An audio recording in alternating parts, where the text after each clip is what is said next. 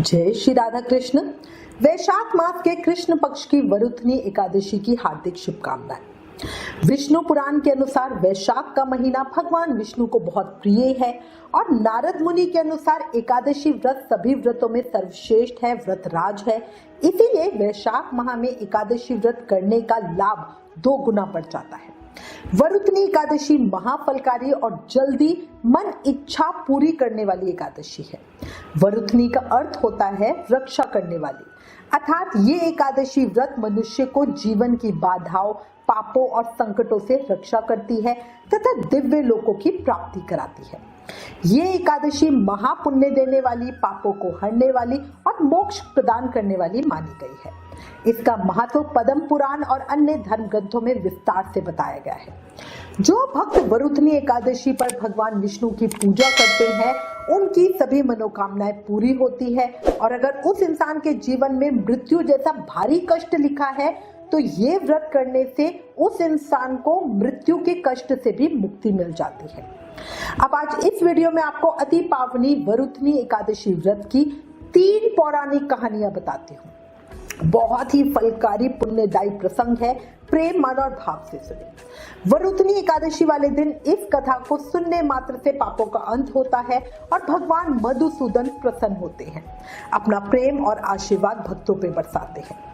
जो भी व्यक्ति भय से पीड़ित है उसे वरुथनी एकादशी का व्रत रखकर भगवान विष्णु का स्मरण करना चाहिए। इस व्रत को करने से समस्त पापों का नाश होकर मोक्ष मिलता है। अब एक जयकारे के साथ कहानी शुरू करते हैं। बोलो लक्ष्मी नारायण भगवान की जय, एकादशी माता की जय। एक समय धर्मराज युधिष्ठिर भगवान श्री कृष्ण से बोले, हे भगवान, वैशाख मास के कृष्ण पक्ष की एकादशी का क्या नाम है, उसकी विधि क्या है तथा उसके करने से क्या फल प्राप्त होता है? आप विस्तार पूर्वक मुझसे कहिए, मैं आपको नमस्कार करता हूँ। युधिष्ठिर की बात सुनकर श्री कृष्ण मुस्कुराते हुए बोले, हे राजेश्वर, इस एकादशी का नाम वरुथनी है। ये सौभाग्य देने वाली, सब पापों को नष्ट करने वाली तथा अंत में मोक्ष देने वाली है। इस व्रत को यदि कोई अभागन स्त्री करे तो उसको सौभाग्य मिलता है। वरुथनी एकादशी के प्रभाव से ही राजा मद्धांता को स्वर्ग की प्राप्ति हुई। इसी प्रकार धुंधमार आदि भी स्वर्ग को गए। वरुथनी एकादशी के उपवास का फल 10 सहस्त्र वर्ष तपस्या करने के फल के समान है। कुरुक्षेत्र में सूर्य ग्रहण के समय जो फल एक बार स्वर्ण दान करने से मिलता है, वही फल वरुथनी एकादशी का उपवास करने मात्र से प्राप्त हो जाता है। इस व्रत से प्राणी इस लोक और परलोक दोनों में सुख पाते हैं और अंत में स्वर्ग के भागी बनते हैं। शास्त्रों में कहा गया है कि घोड़े के दान से हाथी का दान श्रेष्ठ है और हाथी के दान से भूमि का दान श्रेष्ठ है और इससे भी श्रेष्ठ तिलों का दान है। तिलों के दान से श्रेष्ठ है स्वर्ण का दान और स्वर्ण के दान से श्रेष्ठ है अन्नदान। संसार में अन्नदान से श्रेष्ठ कोई भी दान नहीं है। अन्नदान से पितृ, देवता, मनुष्य आदि सब तृप्त हो जाते हैं। कन्यादान को शास्त्रों में अन्नदान के समान ही माना गया है। वरुथनी एकादशी के व्रत से अन्नदान तथा कन्यादान दोनों के श्रेष्ठ दानों का फल मिलता है। जो मनुष्य लालचवश कन्या का धन ले लेते हैं या आलस्य और काम चोरी के कारण कन्या के धन का भक्षण करते हैं, वो प्रलय के अंत तक नरक भोगते हैं या उनको अगले जन्म में बिलाव योनि में जाना पड़ता है।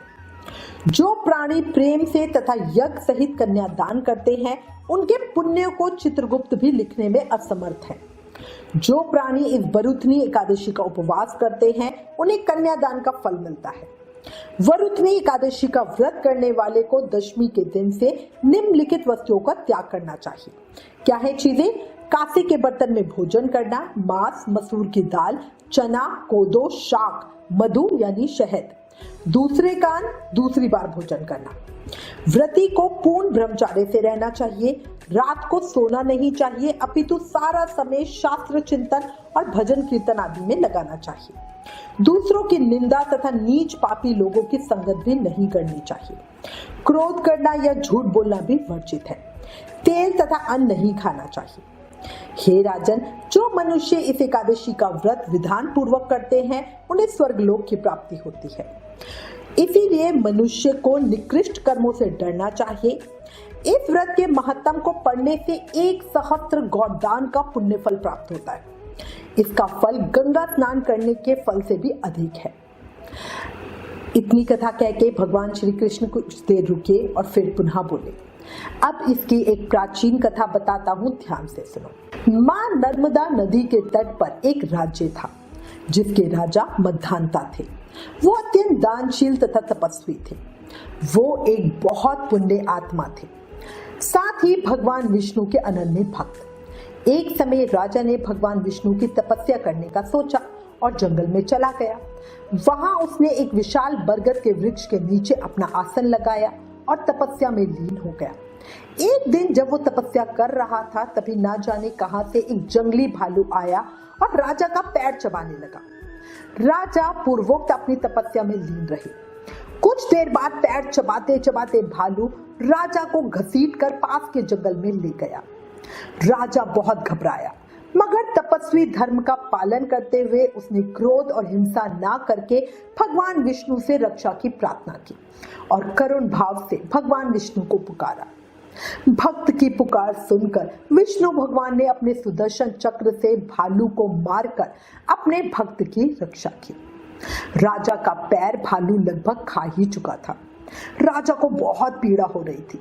वो बहुत दुखी हो रहा था। उसे दुखी देखकर भगवान विष्णु बोले, हे वत्स, शोक मत कर।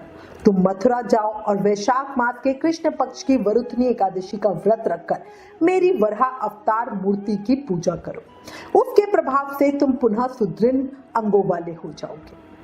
इस भालू ने जो तुम्हारे साथ किया है वो तुम्हारे पिछले जन्मों के पाप कर्मों का ही फल है। इस एकादशी के व्रत पूजा से तुम सभी पापों से मुक्त हो जाओगे। भगवान की आज्ञा मानकर राजा मद्धांता ने मथुरा जाकर श्रद्धा पूर्वक वरुथनी एकादशी का व्रत किया। इस व्रत के प्रभाव से राजा शीघ्र ही पुनः सुंदर और संपूर्ण अंगों वाला हो गया। व्रत के प्रताप से राजा की कीर्ति चारों ओर फैल गई और उसका राज्य समृद्ध राज्य बन गया। इसी एकादशी के प्रभाव से राजा मद्धांता अपने जीवन को भोग कर स्वर्ग को गए। इस तरह जो वरुथनी एकादशी की व्रत पूजा करते हैं उनके सारे कष्ट दूर हो जाते हैं, मनोकामनाएं पूर्ण हो जाती है। इस कथा को पढ़ने सुनने मात्र से ही हमें 1000 गोदान का फल मिलता है। इसका फल गंगा स्नान के फल से भी अधिक है। एकादशी महत्तम समाप्त।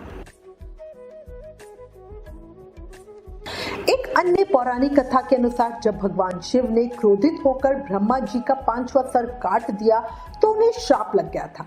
इस श्राप से मुक्ति के लिए भगवान शिव ने वरुथनी एकादशी का व्रत किया था। वरुथनी एकादशी का व्रत करने से भगवान शिव श्राप और पाप से मुक्त हो गए थे। वरुथनी एकादशी की ऐसी महिमा है जिसका व्रत स्वयं भगवान शिव को भी रखना पड़ा। प्राचीन समय की बात है, निमि नामक एक राजा था जो अत्यंत धर्मात्मा और प्रजा का रक्षक था। एक बार उसने कठोर तपस्या की, लेकिन फिर किसी कारणवश वो पाप कर्मों में लिप्त हो गया। उसके परिणाम स्वरूप वो राजा अगले जन्म में एक हाथी के रूप में जन्मा। उसे अपने पिछले जन्मों के शुभ कर्मों की वजह से पिछले जन्म की बातें याद थी, इसीलिए वो पश्चाताप करता हुआ निरंतर ईश्वर की उपासना करता रहा। एक दिन वो हाथी भगवान विष्णु की भक्ति में लीन था। तभी एक शिकारी ने उसे पकड़ लिया और जंजीरों से बांध दिया। वो दुखी हुआ जमीन पे गिर पड़ा। शिकारी उसे वहीं छोड़कर अन्य साथियों को बुलाने के लिए चला गया। उस दिन वरुथनी एकादशी का दिन था। हाथी जमीन पे पड़ा पड़ा भगवान विष्णु को याद करता रहा, नाम जाप करता रहा। वो रात्रि उसके बड़े कष्ट के साथ बीती। पूरा दिन और रात्रि उसने ना कुछ खाया ना पिया। पूर्ण रात्रि का जागरण हुआ। सुबह हाथी बिल्कुल मरणसन हो गया। हाथी ने भगवान विष्णु से प्रार्थना करते हुए कहा, हे प्रभु, मुझे मेरे कर्मों से मुक्ति दिलाइए। उसी समय भगवान विष्णु उसके समक्ष प्रकट हुए और बोले, हे निमि, तूने अनजाने में ही सही पर वरुथनी एकादशी का व्रत पूर्ण किया है। अपने जीवन में जो तूने पुण्य कमाया उसी के प्रभाव से मैं तुझे इस संकट से मुक्त कर रहा हूँ। भगवान ने उसे अभय दान दिया और राजा को मोक्ष प्राप्त हुआ। बोला लक्ष्मी नारायण भगवान की जय।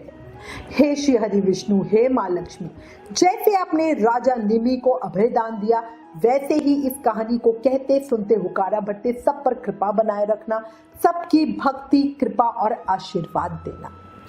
अंत में याद रखो, इस एक दिन व्रत रखने का फल कई वर्षों की तपस्या के समान है। वरुथनी एकादशी का व्रत करने से भगवान विष्णु बहुत प्रसन्न होते हैं और साधक के मन की सभी इच्छाओं को पूरा करते हैं। घर में यश, धन और सुख समृद्धि आती है। अंत समय में मोक्ष की प्राप्ति होती है। इसलिए सभी व्रत जरूर रखें। प्रेम से, मन से, भाव से हर समय, हर पल, हर सांस के साथ जाप करते रहें। हरे कृष्ण कृष्ण कृष्ण हरे हरे, हरे राम राम राम हरे हरे। याद रखो, कलयुग केवल नाम आधारा। सिर्फ नाम जाप से ही कृष्ण भक्ति, प्रेम, मुक्ति, शक्ति सब पाया जा सकता है। इसलिए जाप जरूर करते रहो। और लास्ट में एक रिक्वेस्ट, अगर वीडियो पसंद आए तो प्लीज इस वीडियो को शेयर करके एकादशी का प्रभाव सबको बताओ। Please like, share and subscribe. Thank you. जय श्री राधा कृष्ण।